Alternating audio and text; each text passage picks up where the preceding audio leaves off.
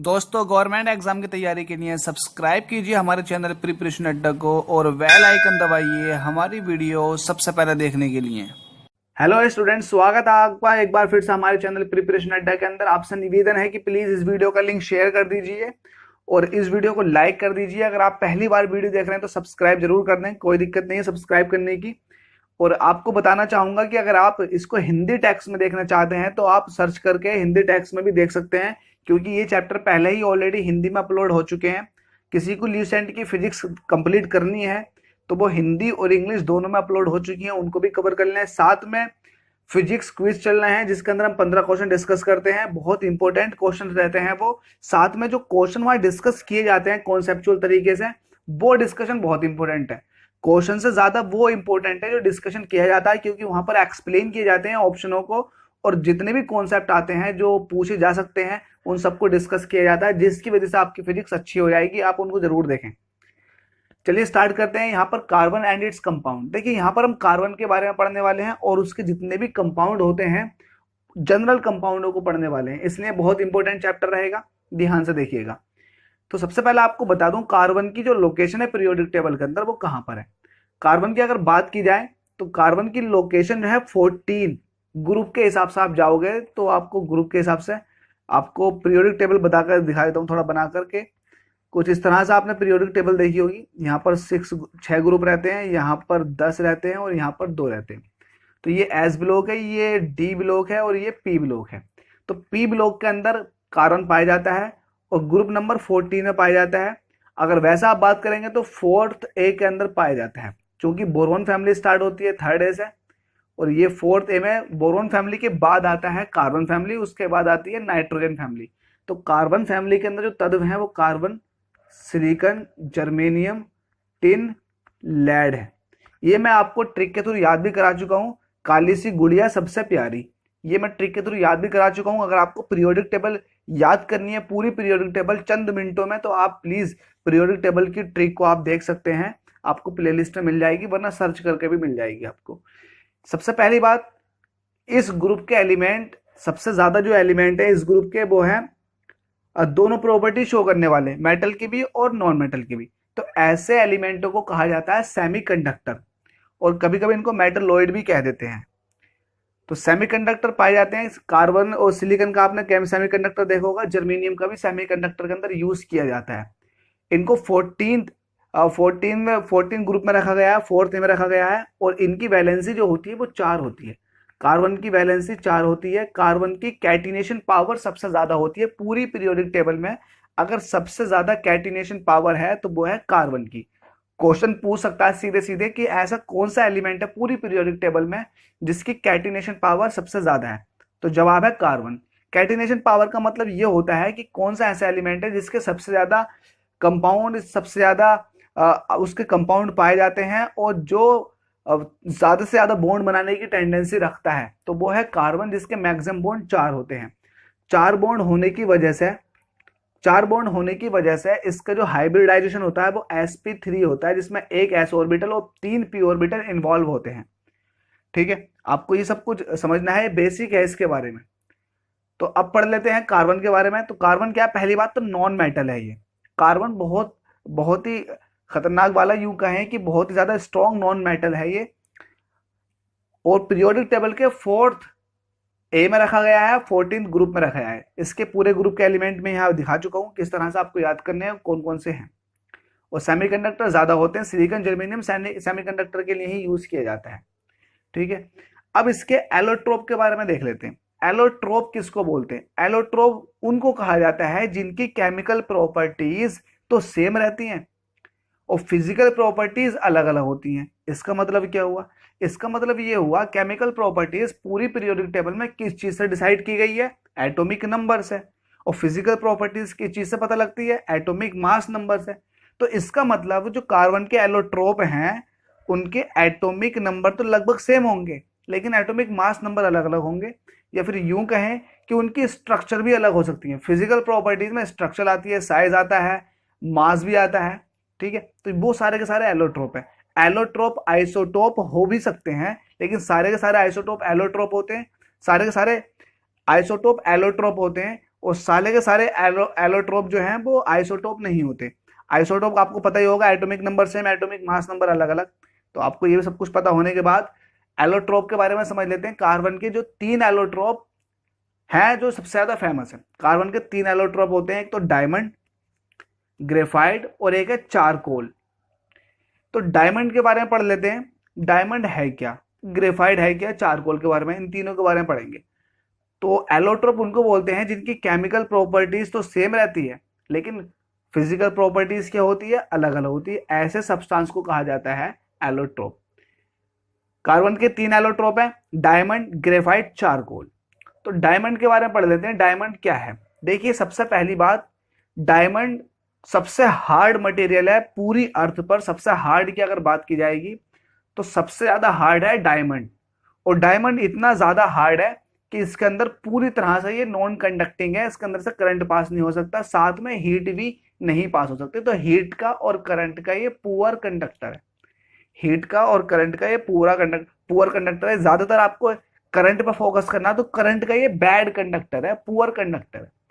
और सबसे ज्यादा अभी तक तो बहुत ज्यादा और सबसे ज्यादा इसी की देखी गई है, जो स्पेसिफिक ग्रेविटी या फिर रिफ्रैक्टिव इंडेक्स, रिफ्रैक्टिव इंडेक्स सबसे ज्यादा इसी का पाया गया है 2.415। रिफ्रैक्टिव इंडेक्स हम यूज करते हैं इस फिनोमिना को ऑप्टिक्स के अंदर। रिफ्रैक्टिव इंडेक्स जिस मटेरियल का ज्यादा होता है वो लाइट को उतना ही ज्यादा टर्न करने की कोशिश करता है। तो डायमंड का रिफ्रैक्टिव इंडेक्स बहुत ज्यादा है। और ये केमिकली इनर्ट है, ये हम बता चुके हैं। केमिकली इनर्ट का मतलब ये है, ये केमिकली इनर्ट का मतलब ये है कि जो इसके जो कंपाउंड होते हैं, स्टेबल कंपाउंड भी हो सकते हैं और अनस्टेबल कंपाउंड भी हो सकते हैं। और इनर्ट का मतलब ये है कि आपको नेचुरल अवस्था में ये ऐसे ही मिल जाएगा, रिएक्शन नहीं करेगा। तो पहली बात तो ये कि डायमंड जो है प्योर कार्बन की फॉर्म है, प्योर कार्बन की फॉर्म है। कुछ ही इंपॉर्टेंट पॉइंट है, और ये हार्डेस्ट है, ये हम देख चुके हैं। इससे आप छोड़ दीजिए, ये पॉइंट इतना इंपॉर्टेंट नहीं है। ट्रांसपेरेंट, इट इज ट्रांसपेरेंट, ये ट्रांसपेरेंट होता है। आपको देखोगे डायमंड जो होता है वो ट्रांसपेरेंट होता है, आप उसके आर पार निकल जाती है लाइट। तो ये भी नहीं ध्यान देना है, इतना इंपॉर्टेंट नहीं है। ये ध्यान देना है कि बैड कंडक्टर है इलेक्ट्रिसिटी का और साथ में हीट का। इलेक्ट्रिसिटी का बैड कंडक्टर क्यों है, क्योंकि जो इसके बॉन्ड होते हैं कार्बन के, चारों बॉन्ड जो है बॉन्डेड होते हैं, चारों ही इसके बॉन्ड पूरी तरह से दूसरे आइटम के साथ बॉन्डेड होते हैं, सिंगल बॉन्ड के साथ, जिसकी वजह से ये कार्बन जो है बॉन्ड, जब बॉन्ड पूरी तरह से बॉन्डेड है, फ्री इलेक्ट्रॉन ही नहीं बचा, तो क्या ये करंट पास करने देगा अपने अंदर से? तो जवाब है नहीं। जब नहीं है तो इसका मतलब ये बैड कंडक्टर हो गया इलेक्ट्रिसिटी का। और इसका रिफ्रैक्टिव इंडेक्स 2.415 होता है। रिफ्रैक्टिव इंडेक्स का मतलब समझा चुका हूं क्यों रिफ्रैक्टिव इंडेक्स यूज होती है। अब अगर शुरुआत की बात की जाए तो शुरुआत में अगर आप डायमंड को गर्म करना स्टार्ट करोगे और आप हाई टेम्परेचर पे ले जाओगे 1500 डिग्री सेंटीग्रेड पे, तो ये ग्रेफाइट में क्या हो जाएगा, ट्रांसफर्ड हो जाएगा, ग्रेफाइट में कन्वर्ट हो जाएगा। और ग्रेफाइट का आपने देखा होगा यूज कहां पर होता है, जितनी पेंसिल्स के अंदर काली वाली रोड होती है वो ग्रेफाइट की होती है। ग्रेफाइट को एज ए लुब्रिकेंट भी यूज कर सकते हैं, और ये जो है चमक लाने के लिए भी यूज किया जाता है। पत्थर वगैरह पर, टाइल्स पे ये चमक के लिए भी यूज किया जाता है ग्रेफाइट। तो लुब्रिकेंट के लिए तो यूज किया ही जाता है ये। तो ये सेमी सॉलिड लुब्रिकेंट के लिए यूज किया जाता है। 1500 डिग्री सेंटीग्रेड पे हीरा ग्रेफाइट में कन्वर्ट होना शुरू हो जाता है। इसके टेट्राहेड्रल जो है स्ट्रक्चर है, जिसका हाइब्रिडाइजेशन sp3 है। टेट्राहेड्रल का मतलब ये है कि आपने अशोक स्तंभ देखा होगा, इसके अंदर 4 शेर होते हैं, एक शेर यहाँ, एक शेर इधर, एक शेर इधर और एक पीछे। तो इस तरह से कुछ शेप है इसकी कार्बन की। तो कार्बन की ग्रेफाइट की, सॉरी हीरे की यहाँ पर शेप जो है वो कुछ इस तरह की टेट्राहेड्रल, इसके अंदर sp3 हाइब्रिडेशन पाया जाता है। चूंकि ये बहुत ज्यादा हार्ड है, बहुत ज्यादा है, ये इसकी डेंसिटी भी बहुत ज्यादा हो जाती है हार्ड होने की वजह से। जब हार्ड है, डेंसिटी ज्यादा, सारे के सारे इलेक्ट्रॉन जो है बॉन्डेड है, तो इसका मेल्टिंग पॉइंट भी बहुत ज्यादा होता, इसको आप मेल्ट नहीं कर सकते इजीली। इसमें एक खास बात हो रहा है, जो ब्लैक डायमंड होता है जिसके अंदर ट्रेस पाए जाते हैं ग्रेफाइट के, उसको बोलते हैं कार्बोनेडो। तो कार्बोनेडो कौन सा होता है, जिसके अंदर थोड़ा बहुत ग्रेफाइट के ट्रेस पाए जाएं, कुछ अंश पाए जाएं ग्रेफाइट के, उसको कार्बोनेडो बोलते हैं। अब यहाँ पर ग्रेफाइट के बारे में पढ़ लेते हैं कि ग्रेफाइट होता क्या है। तो ग्रेफाइट को प्लम्बैगो या फिर ब्लैक लेड के नाम से जाना जाता है। तो ये बाय नेम भी पूछा जा सकता है कि प्लम्बैगो किसको बोलते हैं, फिर ब्लैक लेड किसको बोलते हैं, तो वो है ग्रेफाइट। ग्रेफाइट का यूज कहाँ है, मैंने पेंसिल्स के अंदर बताया, पेंसिल के अंदर इसका यूज किया जाता है। और ये अच्छा कंडक्टर होता है इलेक्ट्रिसिटी का। बहुत इंपॉर्टेंट पॉइंट है ये बहुत ही ज्यादा इंपॉर्टेंट है कि अपने अंदर से ये इलेक्ट्रिसिटी को पास होने देता है। चूंकि इसका हाइब्रिडाइजेशन sp2 है तो एक पाई इलेक्ट्रॉन बच जाता है, पाई इलेक्ट्रॉन बच जाता है जो कि करंट कैरिंग का काम करता है, करंट को ले जाने का काम करता है ये पाई इलेक्ट्रॉन। ठीक है, तो ये इंपॉर्टेंट है, ये आपको ध्यान रखना है। और ये जो है क्रिस्टलाइन सॉलिड की फॉर्म में पाया जाता है, सॉफ्ट होता है थोड़ा, ये ग्रीसी होता है, इसलिए इसको लुब्रिकेंट की तरह यूज करते हैं। ठीक है, आगे देख लेते हैं इसमें। तो ये जो है केमिकली मोर रिएक्टिव है डायमंड से, डायमंड तो पूरी तरह से रिएक्टिव है ही नहीं, इनरिएक्टिव है, जबकि थोड़ा बहुत रिएक्टिविटी शो जो करता है वो करता है ग्रेफाइट। ठीक है, आगे देख लेते हैं। जो इसकी लेयर्स होती हैं ग्रेफाइट की, चूंकि लुब्रिकेंट की तरह काम करता है तो इसकी लेयर्स जो है वो एक दूसरे के ऊपर एक वीक वंडरवाल फोर्स के थ्रू अटैच रहती हैं। ठीक है, और इसका जो यूज किया जाता है पेंसिल्स बनाने में, इलेक्ट्रोड बनाने में इनका यूज किया जाता है, लुब्रिकेंट के लिए रूप में भी इसका यूज किया जाता है मैन्युफैक्चरिंग इंडस्ट्री के अंदर, और मॉडरेटर न्यूक्लियर रिएक्टर के अंदर मॉडरेटर के लिए भी यूज किया जाता है। देखो ये यूज बहुत इंपॉर्टेंट है, ये सारे यूज पूछे गए हैं कभी ना कभी। पेंसिल के अंदर यूज, मॉडरेटर के अंदर, न्यूक्लियर रिएक्टर के अंदर। तो पेंसिल के अंदर यूज क्यों करते हैं, क्योंकि ये जब इसको घिसा जाता है तो ये एक इंप्रेशन छोड़ देता है, ब्लैक लाइन बना देता है, इसलिए इसका पेंसिल में यूज करते हैं। मॉडरेटर के रूप में क्यों यूज करते हैं, क्योंकि ये जो न्यूक्लियर फिजन रिएक्शन होती है न्यूक्लियर रिएक्टर के अंदर, तो उसमें निकलने वाले न्यूट्रॉनों को जो है एब्जॉर्ब करने या फिर उनकी मोशन को स्लो करने का ये काम करता है, ताकि चेन रिएक्शन बनी रहे न्यूक्लियर रिएक्टर के अंदर। लुब्रिकेंट की तरह यूज क्यों करते हैं, क्योंकि ये चिकना होता है, ग्रीजी होता है। ठीक है, इसके इलेक्ट्रोड क्यों बनाए जाते हैं, क्योंकि ये कंडक्टिंग होता है। तो ये सब बातें इंपॉर्टेंट हैं, आपको इनमें ध्यान रखना है। ठीक है, ये सारे के सारे इनके यूजेस हैं। अब यहां से आता है amorphous carbon obtain bye destructive distillation. तो एमरफस कार्बन की अगर बात करें तो उनको चारकोल कहा जाता है। चारकोल मतलब किसी भी चीज को आप जला दोगे तो कोयला बन जाएगा, तो उसको बोलते हैं चारकोल। तो वो चारकोल कई तरह का हो सकता है। अगर आपने लकड़ी को जलाया, वुड को जलाया, तो उसको कहेंगे वुड चारकोल। आपने शुगर को जला दिया तो शुगर चारकोल कहलाएगा वो। आपने बोन्स, एनिमल की बोन्स जला दी, फिर एनिमल को जला दिया तो उसको बोलेंगे बोन और एनिमल चारकोल। वहीं अगर आपने कोक को जला दिया तो कोक चारकोल के नाम से वो जाना जाएगा, जो कि कोल जलाने से होता है। ठीक है, अब यहाँ पर आता है, इतना था कार्बन के बारे में, कार्बन के एलोट्रोप के बारे में, कार्बन के जो एलोट्रोप है उनके यूजेस के बारे में।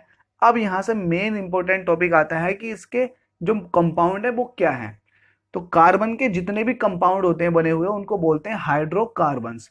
हाइड्रो का मतलब होता है हाइड्रोजन से, कार्बन का मतलब होता है कार्बन। तो ऐसे कंपाउंड जो हाइड्रोजन और कार्बन को मिलाकर बनाए जाते हैं हाइड्रोकार्बन कहलाते हैं। ठीक है, अब इसमें देख लेते हैं हाइड्रोकार्बन कितने तरह का हो सकते हैं। हाइड्रोकार्बन 3 तरह के हो सकते हैं, एक तो सैचुरेटेड हाइड्रोकार्बन, दूसरे अनसैचुरेटेड हाइड्रोकार्बन, तीसरे एरोमेटिक हाइड्रोकार्बन। तो ये 3 तरह के हाइड्रोकार्बन पाए जाते हैं। सैचुरेटेड हाइड्रोकार्बन वो होते हैं जो अगर नेचुरल कंडीशन में उनको खुला हुआ रख दिया जाए तो वो रिएक्शन नहीं करते हैं। रिएक्शन ना करने की वजह से इनको पैराफिन्स का नाम दिया गया है, क्योंकि पैराफिन के मायने आते हैं रिएक्शन ना करने के। तो सैचुरेटेड हाइड्रोकार्बन वो होते हैं जिनके बीच में सिंगल बॉन्ड पाया जाता है, क्योंकि सिंगल बॉन्ड की स्टेबिलिटी डबल बॉन्ड और ट्रिपल बॉन्ड से सबसे ज्यादा जो स्टेबिलिटी होती है, स्टेबिलिटी अगर बात करें स्टेबिलिटी, तो वो सिंगल बॉन्ड की होती है। तो कोई भी कार्बन का कंपाउंड यही चाहेगा कि वो सिंगल बॉन्ड बना ले, क्योंकि सिंगल बॉन्ड की स्टेबिलिटी ज्यादा है। ठीक है, हर कोई स्टेबिलिटी को गेन करने की कोशिश करता, तो स्टेबिलिटी सिंगल बॉन्ड की सबसे ज्यादा, सबसे कम स्टेबिलिटी है ट्रिपल बॉन्ड की। तो इससे ये पता लगता है सबसे ज्यादा रिएक्टिव कौन सा बॉन्ड होगा, ट्रिपल बॉन्ड होगा। अगर बॉन्ड लेंथ की बात करें तो बॉन्ड लेंथ सबसे कम होगी ट्रिपल बॉन्ड की। ट्रिपल बॉन्ड की बॉन्ड लेंथ बहुत कम होगी, मतलब बहुत ही ज्यादा पास पास में होंगे 2 कार्बन आइटम जो अगर ट्रिपल बॉन्ड से बने हुए हैं। और अगर सिंगल बॉन्ड से बने हुए हैं तो उनकी बॉन्ड लेंथ ज्यादा होगी, क्योंकि इन दोनों कार्बन के बीच में अट्रैक्शन फोर्स इतना अच्छा नहीं लग रहा जितना ट्रिपल बॉन्ड के बीच में लग रहा है। यहाँ पर 3 बॉन्ड के थ्रू कार्बन आइटम जुड़ा हुआ है, यहाँ पर सिंगल बॉन्ड। अब यहाँ से एक पॉइंट और आता है बॉइलिंग पॉइंट। तो देखिए बॉइलिंग पॉइंट का मतलब क्या होता है, बॉइल करना। तो बॉइल किसको अच्छे से किया जा सकता है, जिसके अंदर कम बॉन्ड होंगे। तो इसके अंदर एक बॉन्ड है तो इसका बॉइलिंग पॉइंट कम होता है, जबकि ट्रिपल बॉन्ड वाले का बॉइलिंग पॉइंट ज्यादा होता है। ट्रिपल पॉइंट पॉइंट वाले का बॉइलिंग पॉइंट ज्यादा, मतलब क्या, इसको तोड़ने के लिए, इसके बॉन्ड ब्रेक करने के लिए ज्यादा एनर्जी की रिक्वायरमेंट पड़ेगी। तो ये था basic double bond, single bond और ट्रिपल बॉन्ड के बारे में। यहाँ पर सैचुरेटेड हाइड्रोकार्बन को मैंने पैराफिन का नाम दिया। पैराफिन वो होती हैं जो रिएक्शन नहीं करती है नेचुरल कंडीशन के रूप में, जैसे कि CH4।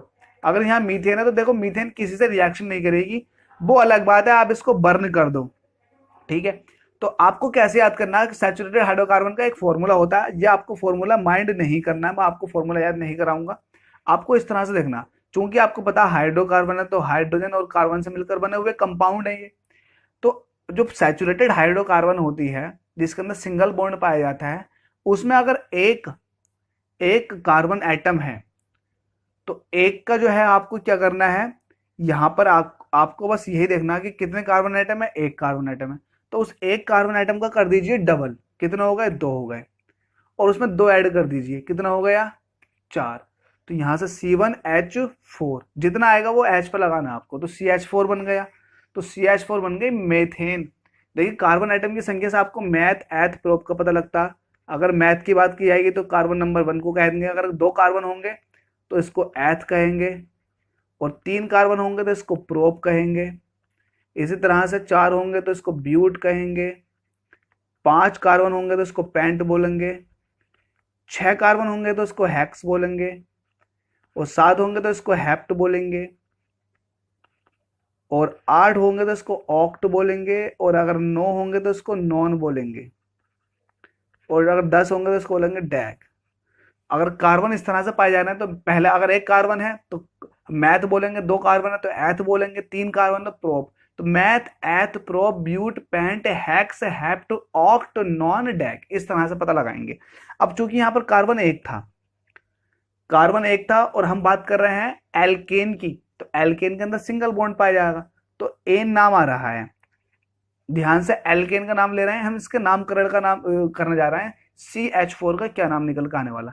तो देखिए कार्बन कितने, एक कार्बन, तो एक कार्बन के लिए क्या यूज किया जाएगा, मैथ। चूंकि ये एन है तो मैथ यहां लिख दीजिए और एन लगा दीजिए बाद में, तो हो गया मीथेन, या मैथेन भी कहते हैं इसको। तो मैथेन क्या है, ये गैस है। तो ये मीथेन कब बनी, जब एक कार्बन था, ठीक है। इसी तरह से अगर C2 है तो मैंने भी आपको बताया जितने भी कार्बन आइटम हो उसका डबल कर दीजिए, कितना हो गया, 2 × 2 4 हो जाएगा, और उस 4 में दो ऐड कर दीजिए, अपनी तरफ से दो ऐड करना है, तो कितना हो जाएगा 6। तो यहाँ पर जो H आएगा उसके साथ आने वाला है 6, तो C2H6 इसको बोलते हैं। देखो C2 है तो इसके लिए आएगा ईथ, तो ईथ, और चूंकि एल्केन है तो ईथेन हो जाएगा, ठीक है, जैसे कि यहाँ पर लिखा हुआ है ईथेन, ठीक है। आगे देख लेते हैं, तो ये था हमारे पास सैचुरेटेड हाइड्रोकार्बन के रूप में। अनसैचुरेटेड हाइड्रोकार्बन वो होते हैं जिनके अंदर डबल बॉन्ड या फिर ट्रिपल बॉन्ड पाए जाते हैं, जो नेचुरल कंडीशन में रिएक्शन कर सकते हैं। चूंकि ये स्टेबल नहीं है पूरी तरह से, तो अपने स्टेबिलिटी को रीच करने के लिए रिएक्शन करेंगे ये, ठीक है। तो इसको याद कैसे करें, इसको याद करने के लिए आपको, अगर अनसैचुरेटेड हाइड्रोकार्बन मतलब अनसैचुरेटेड में आपको याद करना एल्कीन, तो अनसैचुरेटेड दोनों दो होते हैं, एक तो होती है एल्कीन और ये होते हैं एल्काइन। तो एक तो होते हैं YNE वाले, एक होते हैं ENE वाले, और ये एल्केन ये हम कर चुके हैं तैयार, ठीक है। तो आपको अनसैचुरेटेड में दो कैटेगरी आती हैं, एल्कीन और एल्काइन। तो एल्कीन को याद कैसे करें, एल्कीन को याद करने के लिए आपको कार्बन आइटम देखने होंगे। कार्बन आइटम अगर दो हैं तो कार्बन आइटम जितने हैं उनका डबल कर दीजिए, कितने हो गए, डबल कितना हो गया 4, तो 4 लगा दीजिए डायरेक्ट, तो ये क्या हो जाएगा, ये हो जाएगा एल्कीन का। अगर इसमें दो और ऐड कर दोगे 4 में तो 6 हो जाएगा C2H6, तो कायगा हो जाएगा एल्कीन का। तो ये एल्कीन का क्या है, जस्ट कार्बन आइटम जितने हैं उनका डबल कर दो, बन जाएगा एल्कीन, ठीक है। तो यहाँ पर एल्कीन, यहाँ पर देखो यहाँ पर ईथेन दे रखा, तो ईथेन मतलब C2H4 दे रखा, ठीक है। यहाँ पर एन दे रखा C2H4, तो यहाँ पर इथीन होता, ये ENE लगता है, यहाँ पर ENE।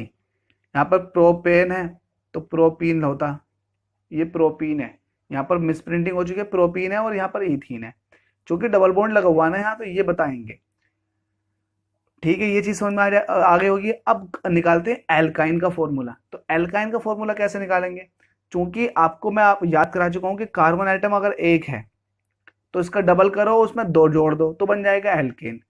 दूसरा बताया जितने कार्बन आइटम है उसका डबल कर दो, सिर्फ डबल कर दो और हाइड्रोजन आइटम हो जाएंगे उतने, तो वो होता है एल्कीन।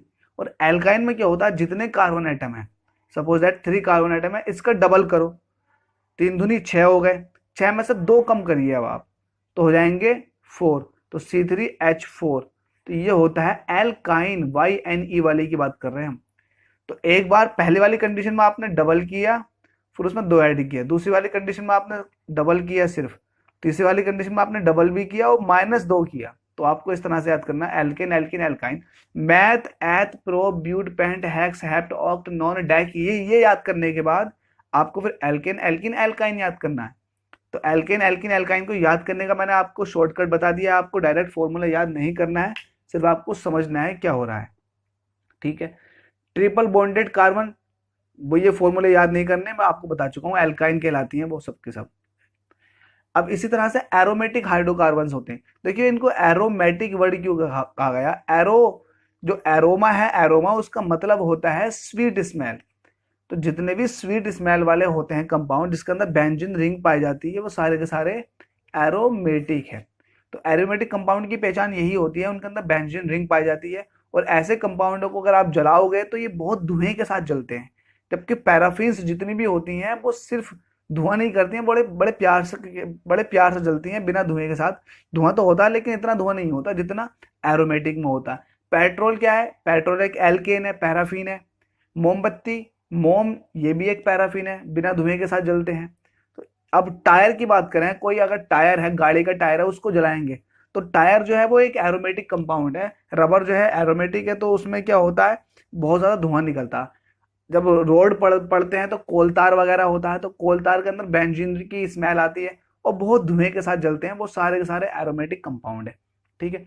इसके बाद देख लेते हैं एरोमेटिक कंपाउंड के कुछ फॉर्मूले, जैसे बेंजीन का, नॉर्मल बेंजीन का तो यही है C6H6 होता है बेंजीन का।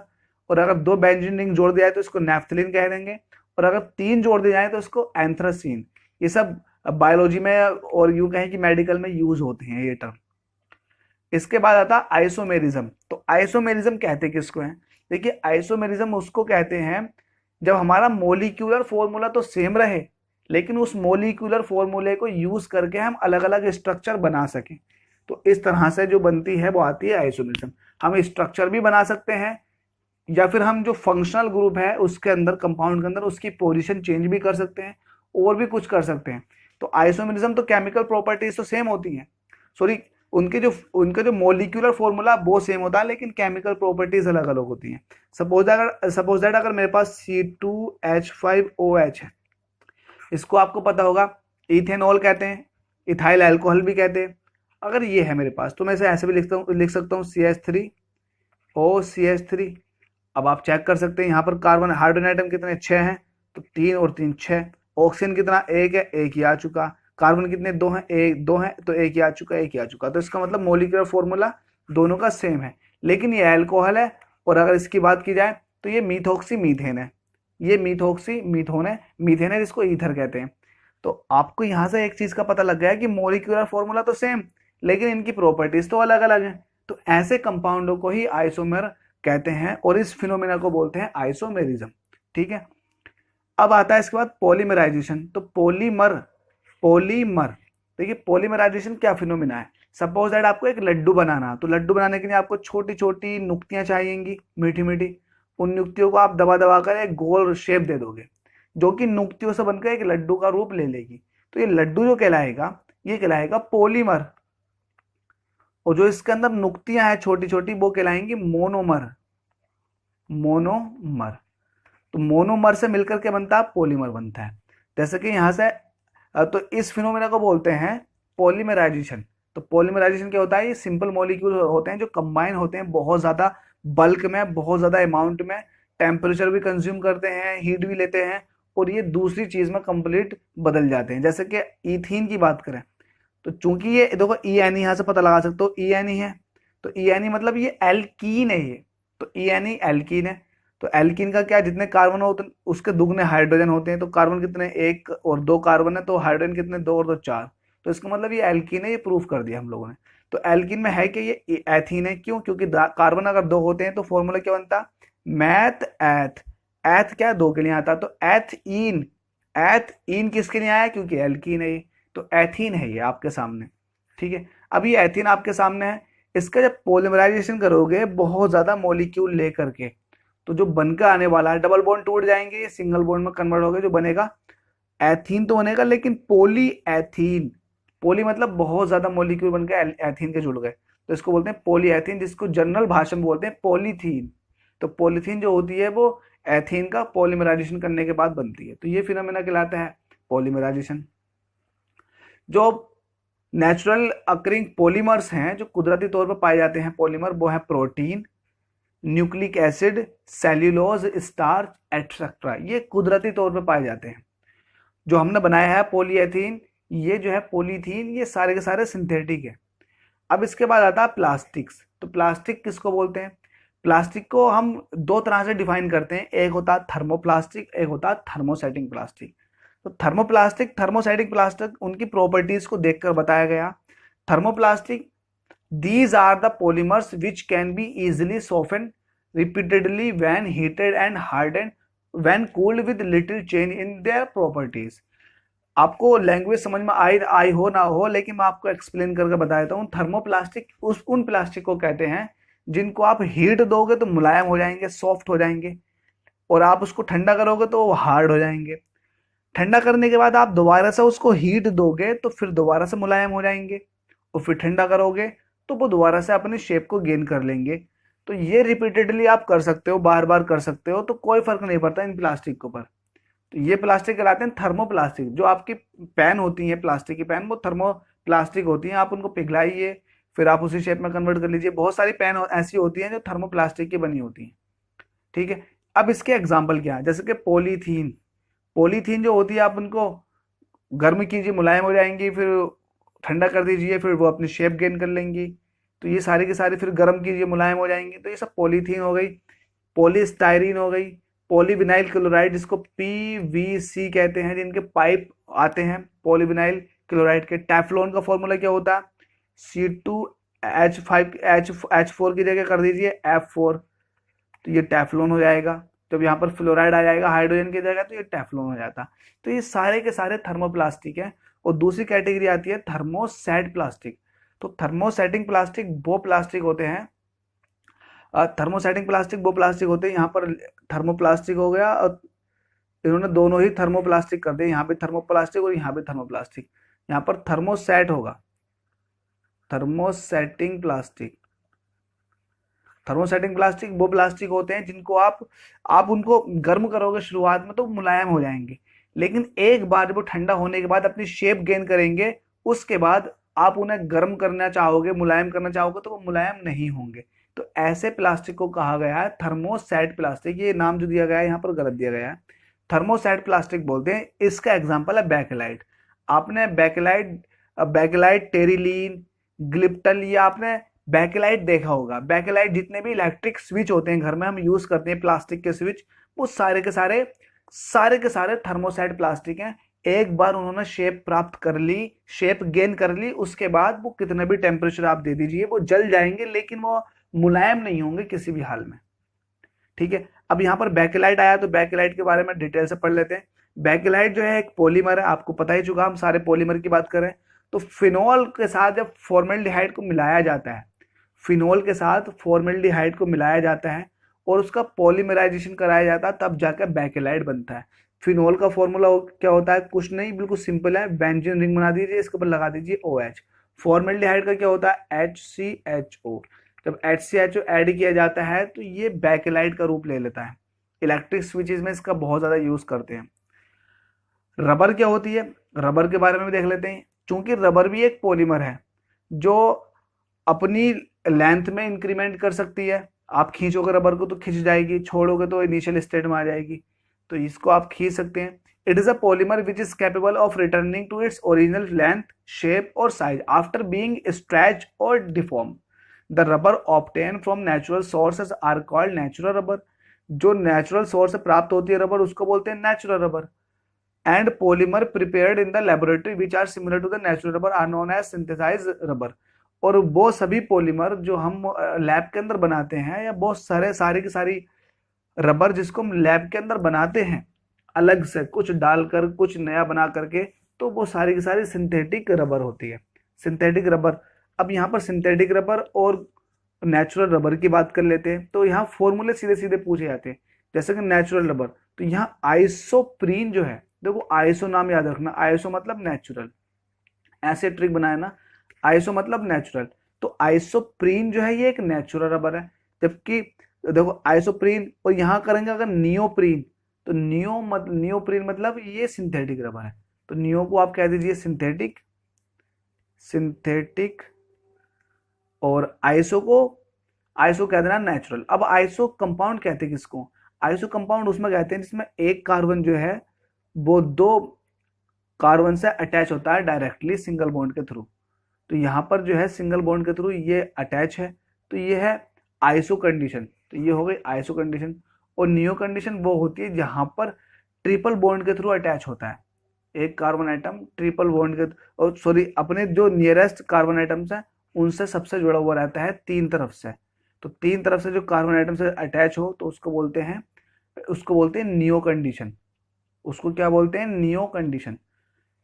अब यहाँ नियोप्रीन जो है वो सिंथेटिक रबर है, जबकि नेचुरल रबर जो है वो है आइसोप्रीन, ऐसा आपको याद करना। अब इसमें आता है थायोकोल, थायोकोल के बारे में देख लेते हैं। थायोकोल आपने नाम सुना होगा, थाइकोल, थाइकोल, तो वही थाइकोल है ये। Thiokol is made by polymerisation of ethylene chloride.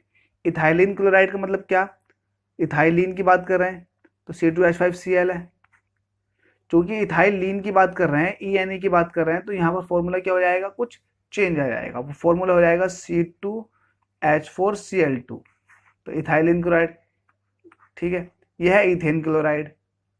तो इथाइलिन क्लोराइड का जब आप पॉलीमराइजेशन करते हो सोडियम पॉलीसल्फाइड के साथ, सोडियम पॉलीसल्फाइड के साथ जब इथाइलिन क्लोराइड का पॉलीमराइजेशन किया जाता है तो थाइकोल रबर बनती है, थाइकोल रबर बनती है, जिसके अंदर रिपीटिंग यूनिट ये होती है।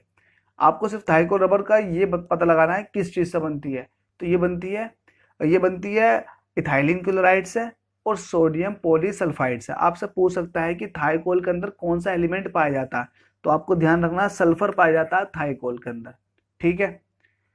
अब Thiokol is a chemically resistant polymer, it is use in the manufacture of hoses and tank lining, engine gadget, gasket होते हैं और रॉकेट फ्यूल के रूप में, इन सब चीज़ों में इसका यूज़ किया जाता है। इंजन के जितने भी गैस्केट होते हैं उसमें इसका यूज़ किया जाता है, टैंक की लाइनिंग या फिर हॉसेस बनाने में इसका यूज़ किया जाता है, ठीक है। अब आता है वल्केनाइजेशन ऑफ रबर। वल्केनाइजेशन क्या है, एक फिनोमिना है वल्केनाइजेशन, जिसके अंदर आपको जो रबर होती है उसको स्ट्रॉन्ग बनाना होता है। तो रबर को स्ट्रॉन्ग करने के लिए आपको उसके अंदर सल्फर डाल दिया जाता है। सल्फर जब डाल दिया जाता है तो सल्फर जो है लिंक बना लेता है दूसरे जो भी जितने भी रबर के मॉलिक्यूल हैं उनके साथ लिंक बना लेता है। लिंक बनाने से सल्फर को ये स्ट्रेंथ, सल्फर जो है रबर को स्ट्रेंथ प्रोवाइड करा देता है। सल्फर अगर नेचुरल कंडीशन होती है एसिड के रूप में, ठीक है। तो natural rubber is soft and sticky, जो नेचुरल रबर होती है वो सॉफ्ट होती है और स्टिकी होती है।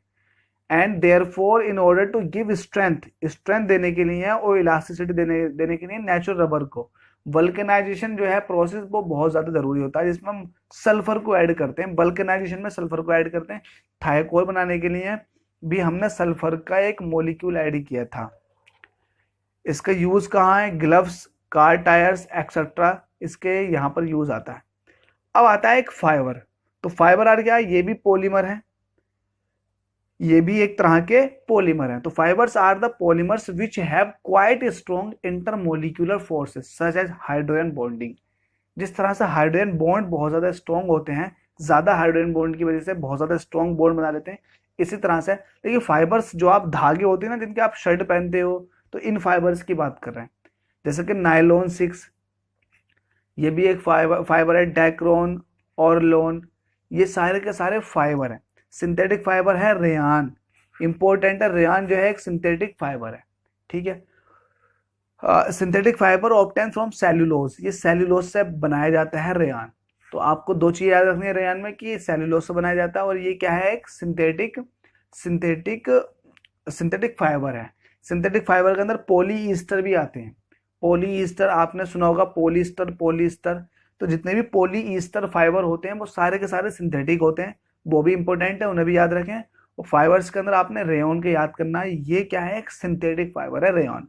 नेचुरल की अगर बात करेंगे तो नायलॉन 6 ये नेचुरल है, नेचुरल। और डैक्रोन और लोन ये नेचुरल फाइबर्स के रूप में आते हैं। तो फाइबर्स की भी कैटेगरी बहुत ज़्यादा है। हिंदी वाली बुक के अंदर फाइबर्स के ऊपर पूरी डिटेल में बताया हुआ है, आप चाहे तो वहां से भी देख सकते हैं। इस वीडियो को अगर अच्छी लगी हो तो लाइक शेयर जरूर कर दें। Thank you so much.